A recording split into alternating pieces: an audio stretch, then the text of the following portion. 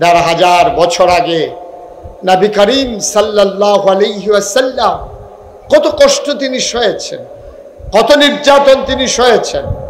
উনি যখন হেরা গুহায় ধ্যানমগ্ন, আল্লাহর ফেরেশতা জিবরাইল ওনাকে এসে সালাম দিলেন। সালাম দেওয়ার পরে নবী বললেন ওয়ালাইকুম আসসালাম। জিবরাইল যাকে বললেন ও নবী, ও মুহাম্মদ, সবাই বলেন সাল্লাল্লাহু। আপনি আজকে থেকে মুহাম্মদ ইবনে আব্দুল্লাহ নন, আপনার পরিচয় হলো মুহাম্মাদুর রাসূলুল্লাহ সাল্লাল্লাহু।